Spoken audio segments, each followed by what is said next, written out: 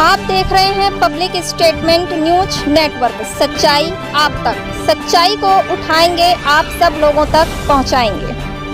नमस्कार मित्रों, आप देख रहे हैं पब्लिक स्टेटमेंट न्यूज के खास कार्यक्रम मुद्दे की बात में आज पत्रकारिता की होगी और पुलिस की होगी।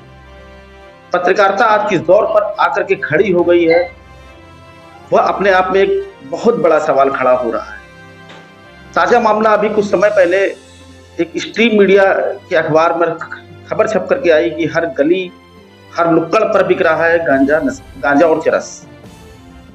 इस खबर को लेकर के पुलिस ने कार्रवाई तो नहीं की, लेकिन इस खबर को फैक्ट चेक मतलब मीडिया का रूप अदा करते हुए फैक्ट चेक बना दिया। इस खबर को आधार बना करके पुलिस ने एक प्रेस नोट जारी किया और उसका शीर्षक था खंडन। खंडन के बाद जो खबर का जो शीर्षक था कि हर गली हर नुक्कड़ पर बिक रहा है नशा, उसको मुद्दा बनाया और अपनी पीठ थपथपाना शुरू कर दिया। पीठ थपथपाते हुए उसने अपनी कार्रवाइयों को उसमें उल्लेखित किया। लेकिन सबसे बड़ी बात यह है कि कार्यपालिका की जो जिम्मेदारी होती है कि मीडिया के साथ कम्युनिकेशन करके चीजों पर कार्रवाई करना, जो कभी पहले हुआ करता था, लेकिन आज कमिश्नरेट पुलिस को न जाने क्या हो गया है कि मीडिया की खबरों का ही खंडन करने पर उतारू हो गया है। ऐसे में देखने वाली बात यह है कि नशे को लेकर के कानपुर में जो यूथ है वो इतना ज्यादा अब उस नशे के प्रभाव में जा चुका है, जिससे कहीं ना कहीं जो यूथ का भविष्य है वो खतरे पर मंडरा रहा है। ऐसे में समझने की बात है कि जो हमारी यूथ लॉबी है अगर नशे की तरफ चली जाएगी तो भविष्य का भारत कैसा होगा। भारत के प्रधानमंत्री 65% युवाओं पर अपनी पीठ थपथपाते हैं, लेकिन क्या इन 65% युवाओं को इस नशे से बचा सकते हैं? और यदि नहीं बचा सकते हैं तो यह लोकतंत्र के लिए सबसे बड़ी शर्मिंदगी की बात होती है। क्योंकि जिस तरह से कार्यपालिका मतलब पुलिस के लोगों को यह चाहिए था कि जिस खबर में ये रिपोर्टर ने इस खबर को लिखी है उस रिपोर्टर से वो कम्युनिकेशन करते हैं और शहर के विभिन्न क्षेत्रों में जाकर के कार्रवाइयां करना चाहिए था। लेकिन ऐसा न करके कार्यपालिका मतलब पुलिस डिपार्टमेंट ने एक खंडन जारी कर दिया कि हमने अपने जुलाई से लेकर के अक्टूबर महीने में इतनी कार्रवाइयां की है, इतने लोगों को जेल भेजा है। सवाल उठता है कि इतना सब कुछ करने के बावजूद भी नशा कैसे बिक रहा है शहर में। मैं अमर उजाला के उस रिपोर्टर की तारीफ करूंगा कि उसने पूरे हिम्मत और जोश और जज्बे और जुनून के साथ अपनी पत्रकारिता को दर्शाया है यहाँ पर, क्योंकि ये खबर बिल्कुल सही है। पब्लिक स्टेटमेंट भी इस खबर की पुष्टि करता है। लगातार शहर के विभिन्न इलाकों में इस तरह के नशा बेचने वाले दिख जाएंगे, बिल्कुल सही है। और जो रेट ये बताया जा रहा है बाकायदा स्टिंग करके किया गया है, तो पुलिस को ये चाहिए था कि इस स्टिंग ऑपरेशन को करके वहां पर जो भी लोग थे उनके खिलाफ गिरफ्तारी की कार्रवाई करनी चाहिए और सजा ऐसी दिलानी चाहिए जो बड़ा मैसेज जाए, ताकि जो यूथ लॉबी जो हमारे देश के 65% युवा लॉबी है वो इस नशे के प्रभुत्व से बच सके। क्योंकि अगर यूथ नहीं बचेगा तो देश नहीं बचेगा। समझने की बात है, आज कार्यपालिका को समझने की जरूरत है कि कार्यपालिका जो मीडिया के साथ समन्वय बनाने का काम करती है वो खंडन करने का काम कर रही है। कहीं ना कहीं ये अपने आप में एक बड़ी बात है और एक नए तरीके का जो है काम करने का जो तरीका निकाला जा रहा है, जिससे समाज में कहीं ना कहीं बहिष्कृत होंगी वो एजेंसियां इन सब चीजों को रोकने के लिए जिम्मेदार ठहराई जाती है। ऐसे में अविश्वास की भावना डेवलप होगी, लोगों में अविश्वास होगा, सरकार के प्रति होगा, प्रशासन के प्रति होगा। इन सब चीजों को अगर गंभीरता से नहीं लिया कार्यपालिका के लोगों ने तो निश्चित तौर से लोकतंत्र बच नहीं पाएगा। आप देख रहे हैं कि एक साइड में हमारे वो खबर भी चल रही है और उसी के नीचे प्रेस नोट भी वो चल रहा है जिसमें खंडन पुलिस ने किया है और फैक्ट चेक की मोहर लगाई हुई है। तो उस प्रेस नोट में जो पुलिस का प्रेस नोट क्या है उसके बारे में बताते हैं। पहले हम आपको बताते हैं खबर के बारे में कि किस तरह की खबर थी। ये खबर है अमर उजाला के माई सिटी की, जिसमें ये लिखा हुआ है, जिसका खबर का शीर्षक है हर नुक्कड़ पर बिक रहा है नशा। और खबर के साथ तमाम उन लोगों की फोटो भी है जो लोग इस चरस गांजा को जो रिपोर्टर ने उनसे परचेज किया है, उन लोगों की फोटो भी लगी है।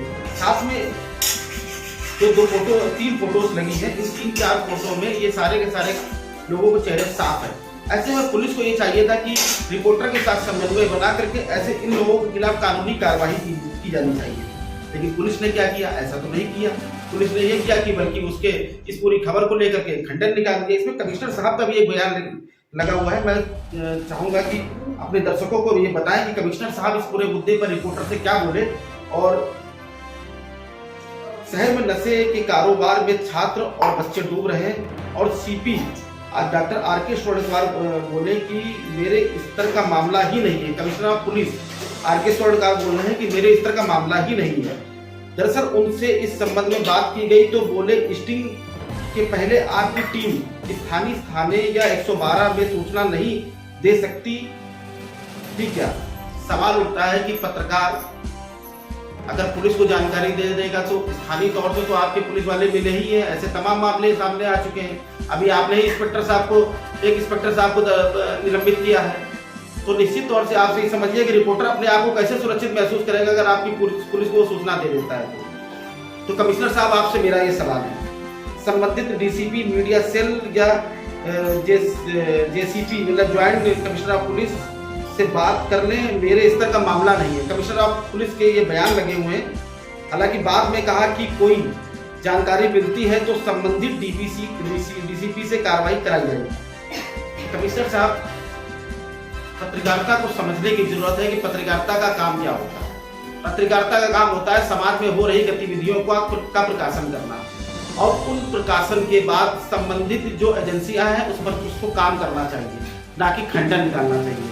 लेकिन चलिए खैर, अब दर्शकों को यह भी बताना जरूरी हो जाता है कि कमिश्नर साहब ने इसमें खंडन में क्या लिखा है। मैं ज्यादा पूरा पढ़ूंगा तो शायद हो सकता है ये खबर बड़ी हो जाए, लेकिन मैं कुछ चीजें ऐसी बताऊंगा जिससे कहीं ना कहीं आप जो हमारी पुलिस है जो हमें 24/7 सुरक्षा प्रदान करने की गारंटी प्रदान करती है, जो किसी भी तरह की ये अवैध कारोबार को रोक लगाने का काम करना चाहिए, वो एजेंसी क्या लिख रही है।